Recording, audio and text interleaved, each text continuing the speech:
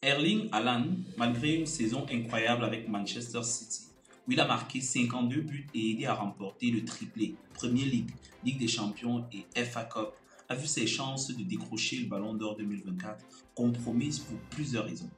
Voici les 7 principaux faits qui ont désavantagé Haaland face à d'autres candidats comme Vinicius Junior ou Jude Bellingham.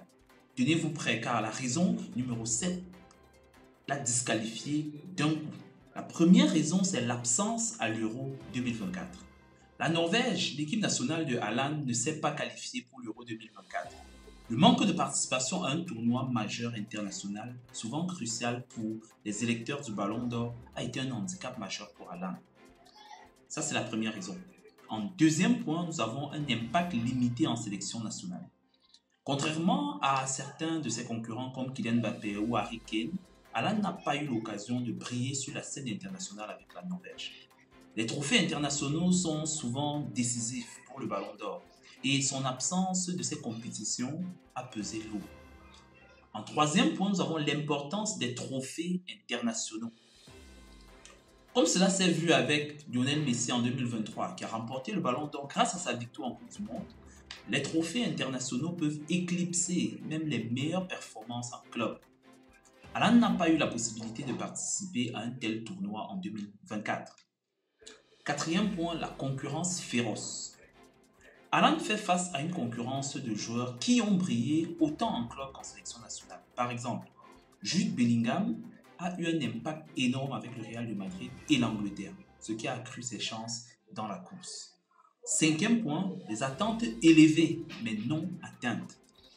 Alors que Haaland a établi des records en club, il y avait une grande attente qu'il fasse encore plus, notamment avec une présence internationale. Ne pas avoir cet équilibre entre les performances en club et en sélection a probablement joué contre lui. Le sixième point, c'est le retour des favoris historiques. Des joueurs comme Lionel Messi et même Kylian Mbappé ayant réussi sur la scène internationale continuent d'attirer l'attention des électeurs, ce qui complique la tâche pour Haaland, même avec des statistiques impressionnantes. Le septième point, enfin, c'est le manque de moments emblématiques. Bien qu'il ait eu une saison statistiquement impressionnante, Haaland n'a pas eu de moments emblématiques comme Messi en Coupe du Monde ou Mbappé à l'Euro. Ces moments cruciaux comptent beaucoup pour les votants du Ballon d'Or.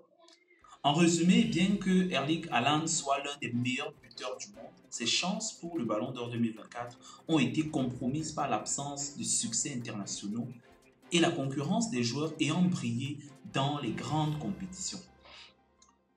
Pensez-vous qu'Haaland mérite quand même d'être classé et de gagner le Ballon d'Or? Laissez-nous vos avis en commentaire et n'oubliez pas de vous abonner pour encore plus d'analyses.